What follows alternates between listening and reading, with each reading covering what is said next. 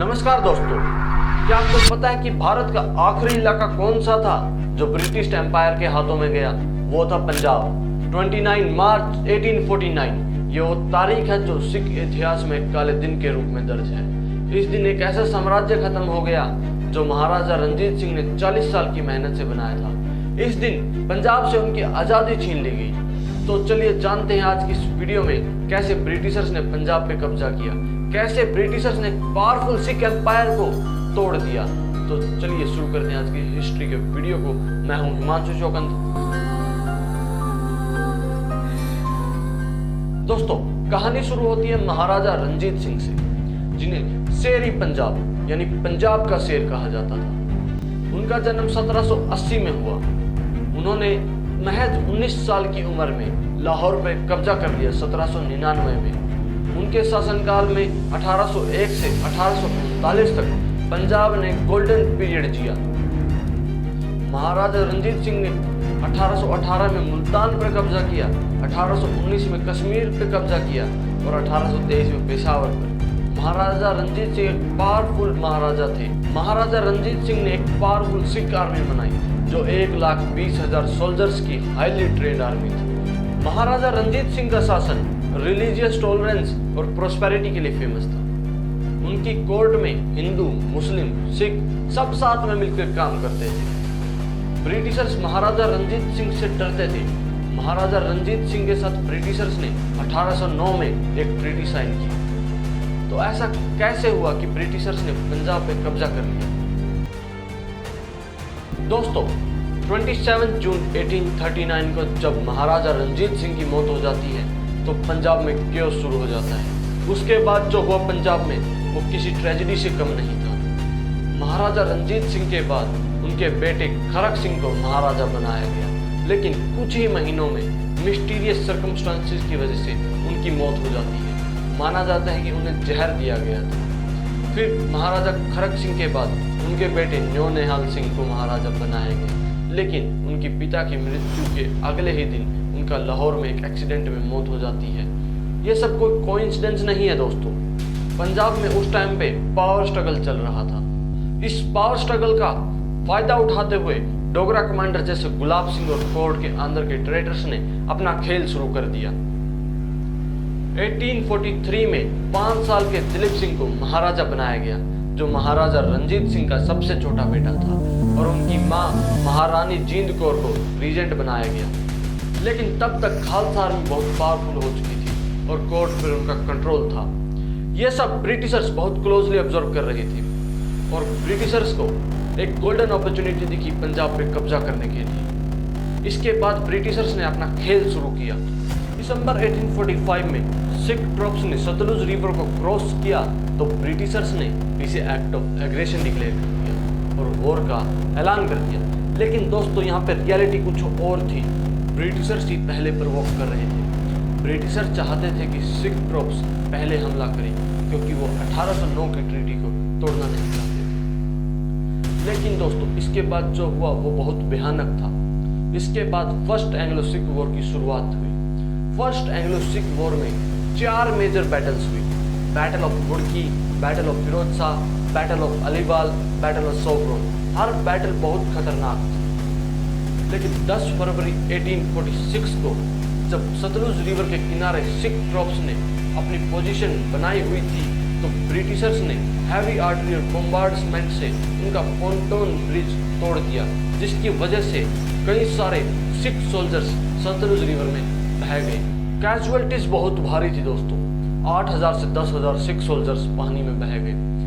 Britishers के सिर्फ 2 से 2,500 और सिख सोल्जर्स के 67 गन कैप्चर हो गए। यहाँ से एक नया दौर स्टार्ट हुआ पंजाब में। 9 मार्च 1846 को ट्रीटी ऑफ लाहौर साइन हुई। ये ट्रीटी सिख एम्पायर के लिए बहुत ही ज़्यादा हार्श थी। 7 साल के महाराजा दिलीप सिंह को इस ट्रीटी पे साइन करना पड़ा। एक बार इस ट्रीटी की कंडीशन देखिए दोस्तों।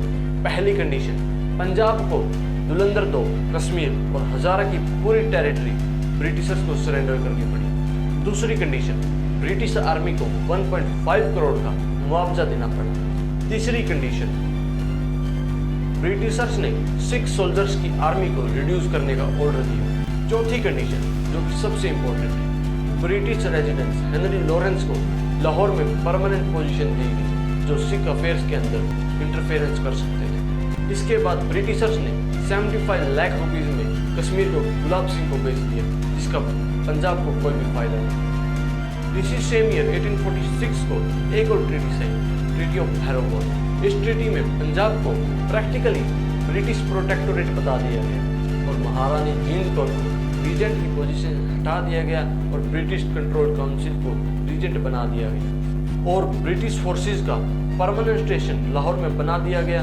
जिसके लिए पंजाब को 22 लाख एनुअली उनकी मेंटेनेंस के लिए देने पड़े।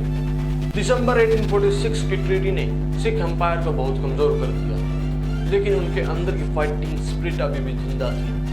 अप्रैल 1848 में मुल्तान में राइबिलियंस हुआ जब दीवान मुलराज ने 2 ब्रिटिश ऑफिसर्स को मार डाला। यहाँ से सेकेंड एंग्लो सिख वॉर की शुरुआत हुई। सितंबर 1848 में जनरल शेर सिंह अटारीवाल भी ब्रिटिशर्स के खिलाफ हो गए और अपने पिता छतर सिंह से जा मिले। गवर्नर जनरल लॉर्ड डलहौजी ने पर्सनली पंजाब कैंपेन को सुपरवाइज किया। सेकेंड एंग्लो सिख वॉर में 3 major battle, battle of Ramnagar, battle of Chillianwala, battle of Gujarat.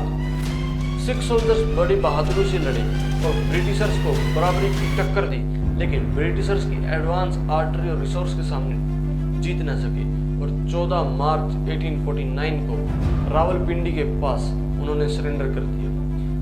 Sikh soldiers जब सरेंडर कर रहे थे, जब अपने वेपन ले डाउन कर रहे थे, तो लोग कहते हैं वो रो रहे थे और कह रहे थे, आज रणजीत सिंह मर गया, आज रणजीत सिंह मर गया। 29 मार्च 1849 ये वो दिन था जिस दिन पंजाब से उसकी आज़ादी छीन ली गई। इस दिन लॉर्ड डलहौजी ने एक दरबार के अंदर फॉर्मल एनेक्सेशन अनाउंस कर दिया और 10 साल के महाराजा दिलीप सिंह को अपना किंगडम साइन अवे कर दिया। एक बार ट्रीटी की कंडीशन देखिए दोस्तों। ट्रीटी में पंजाब को ब्रिटिश ईस्ट इंडिया कंपनी को सरेंडर करना था और सिख खालसा आर्मी को कम्प्लीटली डिसबैंड करना था। वही सिख खालसा आर्मी जिसके अंदर 1,20,000 हाईली ट्रेंड सोल्जर्स थे, जिसे महाराजा रणजीत सिंह ने बनाया और 1,20,000 से ज़्यादा वेपन्स को ब्रिटिश गवर्नमेंट ने अपने अंडर में लिया और फेमस कोहिनूर डायमंड जो महाराजा रणजीत सिंह के पास था उसे भी सरेंडर करना था। और ट्रीटी में स्पेसिफिकली लिखा था the gem called Kohinoor shall be surrendered by Maharaja of Lahore to queen of England. Lord Dalhousie ने कोहिनूर को एक स्पॉइल ऑफ वॉर माना।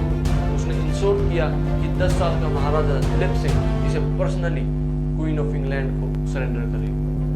दिलीप सिंह को 25,000 पाउंड की एनुअल पेंशन दी गई, आज के हिसाब से करीब 3 मिलियन। और 1854 में दिलीप सिंह को इंग्लैंड भेज दिया गया और उसके बाद वो कभी अपने होम टाउन पंजाब में नहीं आ सका। महारानी जींद को बड़ी बहादुरी से लड़ी ब्रिटिशर्स के खिलाफ। उन्हें 1847 में लाहौर किले में कैद करना और फिर चुनेर भी किया, लेकिन 1849 को महारानी जींद को वहाँ से भाग गई और नेपाल में 11 साल नेपाल में रहने के बाद वो 1861 में अपने बेटे दिलीप सिंह से मिल सकी। पंजाब में कब्जा करने के बाद ब्रिटिशर्स ने तुरंत ही एक न्यू एडमिनिस्ट्रेटिव स्ट्रक्चर एस्टेब्लिश कर दिया। लॉर्ड डलहौजी ने एक बोर्ड ऑफ एडमिनिस्ट्रेटिव एस्टेब्लिश कर दिया जिसके अंदर 3 मेंबर थे, Henry Lawrence president, John Lawrence Henry Lawrence का ब्रदर और चार्ल्स मैंसेल। हेनरी लॉरेंस को मिलिट्री और पॉलिटिकल अफेयर्स दिए गए, जॉन लॉरेंस को फाइनेंस एंड रेवेन्यू सेक्टर और चार्ल्स मैंसेल को जुडिशियल अफेयर। ये बोर्ड 1849 से 1853 तक चला। लॉरेंस ब्रदर में डिसएग्रीमेंट होने की वजह से इस बोर्ड को 1853 में डिसॉल्व कर दिया गया। बोर्ड को डिसॉल्व करने के बाद जॉन लॉरेंस को पंजाब का चीफ कमिश्नर बना दिया गया। ब्रिटिशर्स ने जो भी ट्रांसफॉर्मेशन किए पंजाब में वो अपने पर्सनल बेनिफिट के लिए किए, लेकिन सबसे बड़ा प्रोजेक्ट था कैनल कॉलोनाइजेशन। इसके अंदर ब्रिटिशर्स ने इरिगेशन सिस्टम को पंजाब के अंदर इम्प्रूव कर दिया और एग्रीकल्चर सेक्टर को बूस्ट कर दिया। ब्रिटिशर्स ने पंजाब को एग्रीकल्चर एक्सपोर्ट ओरिएंटेड इकोनॉमी में कन्वर्ट कर दिया। ब्रिटिशर्स ने पंजाब को एग्रीकल्चर एक्सपोर्ट ओरिएंटेड इकोनॉमी में कन्वर्ट कर दिया। ब्रिटिशर्स ने रोड, रेलवे, टेलीग्राफ इंफ्रास्ट्रक्चर को डेवलप किया। ब्रिटिशर्स चाहते थे कि पंजाब उनके लिए रॉ मटेरियल बनाता रहे, इसलिए ब्रिटिशर्स ने पंजाब के अंदर इंडस्ट्रियलाइजेशन को बढ़ावा नहीं दिया और ऐसे उन्होंने पंजाब का शोषण किया। तो दोस्तों ये थी पंजाब की कॉलोनाइजेशन और एनेक्सेशन की पूरी कहानी। आपने देखा कैसे 1801 से 1839 तक पंजाब कितना पावरफुल एम्पायर था, लेकिन सिर्फ 10 सालों के अंदर ब्रिटिशर्स ने कैसे उनको अपने कब्जे में ले लिया। 29 मार्च 1849 के बाद 98 साल तक पंजाब ब्रिटिशर्स के अंडर में रहा और 15 अगस्त 1947 को पंजाब ब्रिटिशर से आज़ाद हुआ और अपना देश ब्रिटिशर से आज़ाद हुआ। अगर आपको ये वीडियो इन्फॉर्मेटिव लगी है तो प्लीज़ लाइक कीजिए, शेयर कीजिए और कमेंट में ज़रूर बताइए आपको अगले वीडियो किस टॉपिक पे चाहिए।